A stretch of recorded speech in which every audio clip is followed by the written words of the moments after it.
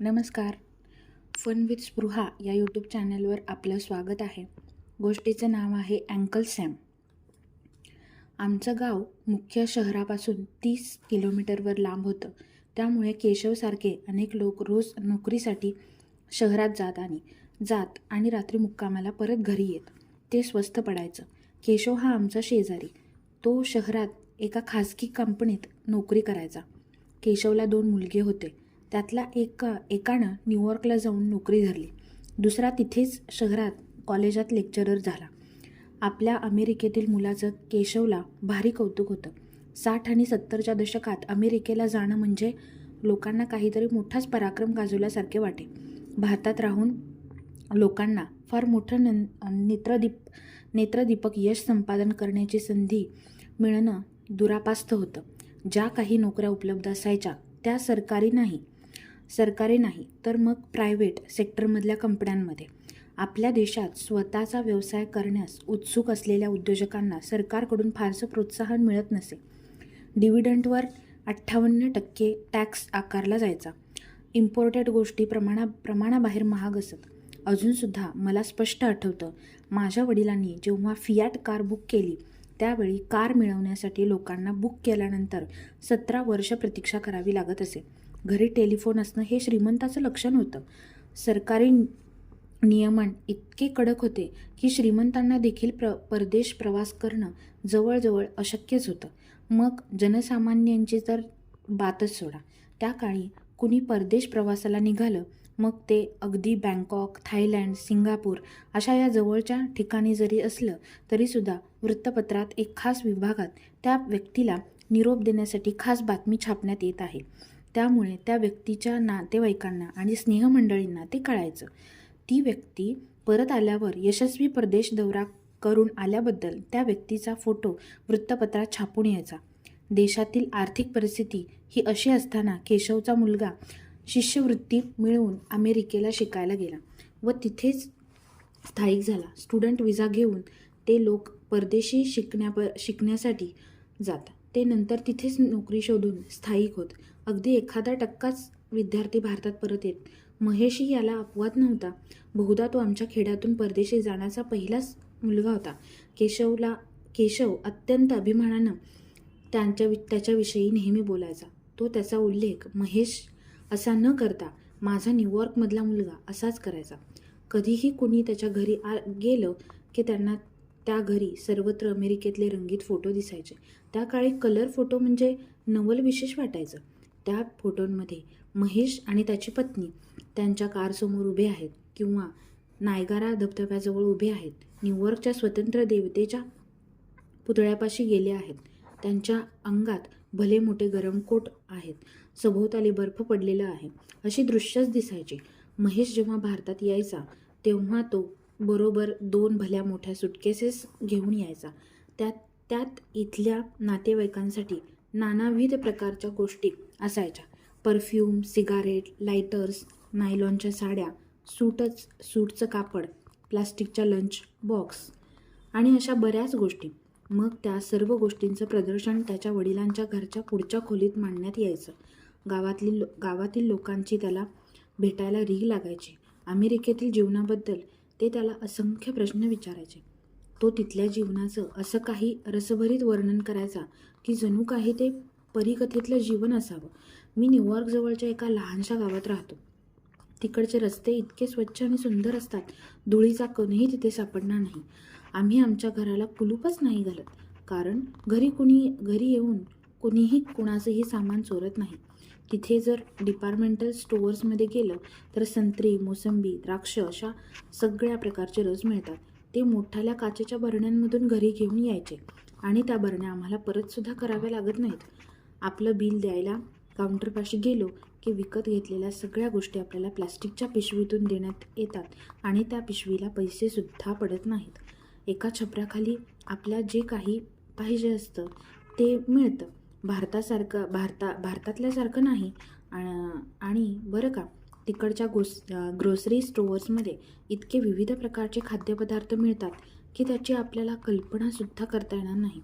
त्यानंतर महेश तिकडच्या grocery स्टोअर्सचे photo दाखवायचा. महेशच्या भावाची पत्नी रमा आल्या गेलेल्यांना चहा कॉफी घेऊन यायची. पण महेशची पत्नी मालती मात्र आपल्या पतीच्या शेजारी बाहेरच्या खोलीत ठाण मांडून बसलेली असायची आणि आपल्या पतीची री ओढायची. ती मोठ्या अभिमानाने सांगायची की मी जर कधी साडी नेसून बाहेर गेले ना तर लोक कौतुकानं माझ्याकडे बघतात आणि तुम्ही खूप सुंदर दिसता असं मला सांगतात. मी जर गर्भरेशमी साडी नेसली असेल तर ते साडीला हात लावून बघतात आणि ती मी कशी नेसली आहे हे पण विचारतात. आणि जाणून घ्यायचं असतं, माझ्या कपाळावरच्या कुंकवाकडे पाहूनसुद्धा अनेक लोक प्रश्न विचारतात. तिकडे स्वयंपाक करायला इतकं छान वाटतं, कापलेल्या फ्रोझन भाज्या मिळतात. शिवाय तिकडच्या इंडियन स्टोअर्समध्ये गेलं तर वेगवेगळ्या प्रकारचे तयार मसाले मिळतात. इतक्या उत्तम क्वालिटीच्या गोष्टी आपल्याला इथे भारतात सुद्धा मिळत नाहीत, कारण बेस्ट क्वालिटी तर सगळी इथून तिकडे एक्सपोर्ट होतात. आता त्या दिवशी रमाच्या किचनमध्ये मी वेलदोडे पाहिले. किती लहान होते आणि हे मी आणलेले वेलदोडे पहा, ते 10 पट मोठे आहेत. महेशच्या भोवती गोळा होऊन जे कोणी त्यांच्या या गप्पा ऐकत त्यांच्यापैकी प्रत्येकाला काहीतरी छोटी भेटवस्तू मिळत असे. परफ्यूम, सिगारेटचं पाकिट, स्पॅनिश केशर किंवा दालचिनी. आमच्या गावात अशी प्रथा होती की आपल्याला कोणी जर काही भेटवस्तू दिली तर आपणही त्या व्यक्तीसाठी काहीतरी करायचं. मग त्यानुसार त्यातले काही लोक महेशला आणि त्यांच्या कुटुंबियांना आपल्या घरी चहाला नाही तर जेवायला येण्याचं निमंत्रण देत. त्यावर महेश आपल्या पत्नीकडे वळून म्हणायचा, डिअर, आपण आज फ्री आहोत का गं? त्याचं इन्व्हिटेशन आपण ॲक्सेप्ट करायचं का? मालती लगेच आपली अपॉइंटमेंट डायरी पर्समधून काढून खूप भावखात म्हणायचे, सॉरी, त्या दिवशी आपण फ्री नाही आहोत. आम्ही आमच्या गावात कधी कुणी कुणाला डिअर वगैरे म्हटलेलं ऐकलंच नव्हतं. शिवाय 4 चौकात असं कुणी आपल्या बायकोला डिअर म्हणून हाक मारतं का? किती संकोच व्हायचा नुसता ऐकूनसुद्धा. मग महेशच स्पष्ट करून सांगायचा, अहो, तिकडे अमेरिकेत नवरा बायकोंना एकमेकांना अशीच हाक मारतात. महेश आणि मालती यांना 2 मुलं होती, एक मुलगा आणि एक मुलगी. त्यांच्या अंगात नेहमी खूप सुंदर कपडे असायचे. पायात इम्पोर्टेड शूज घालून दोघं गावभर फिरायचे. मालती आपल्या मुलांना नेहमी बजावून सांगायची, उगीच कुणाच्या घरी घरचं पाणी पिऊ नका, आणि इथे कच्चं काही खाऊ नका. डास चावणार नाही त्याची काळजी घ्या. बाहेर फिरताना न विसरता हॅट घाला, म्हणजे सनबर्न होणार नाही. मालती राहायला आली की रमाचा नुसता पिट्टा पडायचा. ती कंटाळून जायची. केशव आणि त्याची पत्नी आपल्या न्यूयॉर्कच्या मुलाच्या आणि सुनेच्या सहवासाचा आनंद लुटायचे. रमाला मात्र सगळं काम पडायचं. मालती काहीच मदत करायची नाही. तिला सर्वत्र खूप घाण दिसायची. मग ती नाकमांसाठी पिण्याचं पाणी उकळावं लागत. रोज नवनवीन खाद्यपदार्थ बनवावे लागायचे. महेश आणि त्यांच्या कुटुंबियांच्या सगळ्या इच्छा पुरवाव्या लागायच्या. अनेक वर्षे लुटली. भारतात एकत्र कुटुंब फारशी उरली नाहीत. वाडवडिलांचं ऐसपैस घरही राहिलं नाही. आम्ही अजूनही मामा, मावश्या, आत्या, काका अशा सर्वांना आमचे नातेवाईक म्हणायचो. पण खरं तर ते आता नुसते परिचित लोक बनलेले होते. आमच्या कुटुंबातील विविध माणसं देशविदेशात स्थलांतरित झाली होती. आमच्यात आता कित्येक मैलाचं अंतर पडलं होतं आणि हळूहळू तेच अंतर मनांमध्ये शिरलं होतं. त्याहूनही वाईट गोष्ट म्हणजे आमची हृदयंसुद्धा आता एकमेकांपासून दुरावली होती. एक दिवस अचानक महेश मला शहरात भेटला. त्याला पाहून मला आश्चर्य वाटलं. तसा तो प्रकृतीने एकदम तंदुरुस्त दिसत होता, पण त्याच्या चेहऱ्यावर मला खिन्नता जाणवली. इतक्या वर्षानंतर त्याला भेटून मला खूप आनंद झाला. मी त्याला विचारलं, तुला माझ्याबरोबर एक कपभर चहा घ्यायला वेळ आहे का? त्यावर आपली अपॉइंटमेंट डायरी वगैरे न काढता तो लगेच कबूल झाला. आम्ही जवळच्या एका कॅफेमध्ये जाऊन गप्पा मारू लागलो. तू कसा काय इकडे आलास? आणि मालती अक्का कशी आहे? तुमची मुलं काय म्हणतात? त्यांचं अभ्यासात खूप चांगलं चाललंय ऐकलंय मी म्हणाले. मी काही दिवसांपूर्वी आलो. मालती माउंट आबूला गेली आहे. मुलं काय नेहमीसारखी खूप बिझी आहेत. मालती अक्का तुझ्याशिवाय एकटी सहलीला गेली आहे? मी नवलानं विचारलं. मला लहानपणी त्या दोघांच्या तोंडून ऐकलेला तो डिअर शब्द आठवला. मी त्यावेळी 15-16 वर्षाची असेल. नाही, ती ब्रह्माकुमारीच्या शिबिरीला गेली आहे. त्यांची अमेरिकेत ब्रांच आहे. मालती त्यातलं एक सेंटर चालवते. इकडे इंडियात केवढा बदल झाला आहे ना आता. तो म्हणाला. हो ना, गेल्या 20 वर्षात इकडे खूपच बदल झाला आहे. मी म्हणाले. बरं, तुझी मुलं काय म्हणत आहेत? माझ्या मुलीनं हार्डवेअरमधून MBA केलं आहे. ती वेस्ट कोस्टला असते. तिने एका चायनीज माणसाशी लग्न केलं आहे. ती मजेत सेटल झाली आहे. माझा मुलगा PhD करतोय. तो आफ्रिकन आदिवासी जमातीवर संशोधन करतोय. आता तो झिम्बाब्वेला गेला आहे. आणि तुझा भाऊ रमेश कसा आहे? त्याचे घरचे सगळे कसे आहेत? आजकाल माझं गावाकडे जाणंच होत नाही.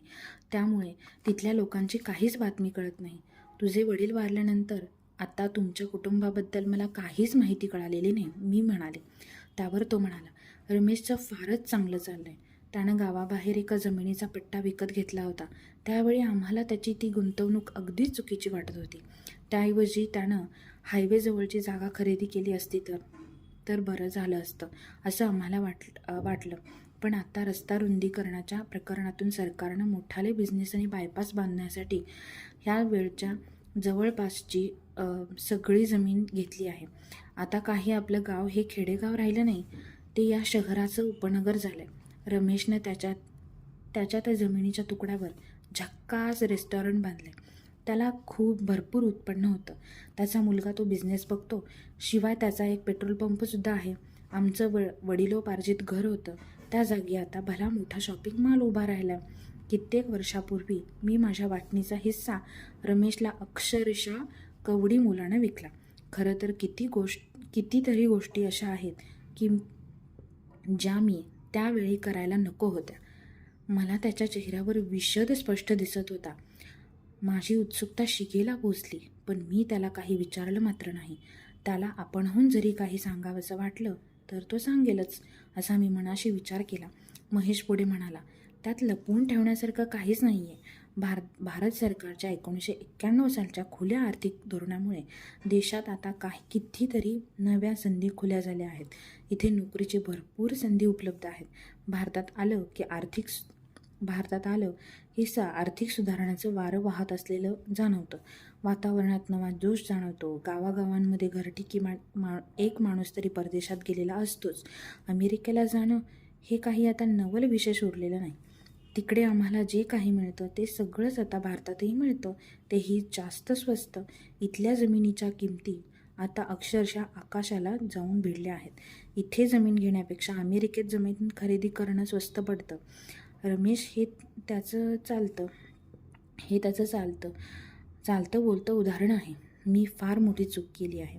तुला नक्की काय म्हणायचं आहे महेश? मी म्हणाले. मी अँकल सॅमच्या भूमीवर जाऊन सेटल व्हायला नको होतं. धन्यवाद.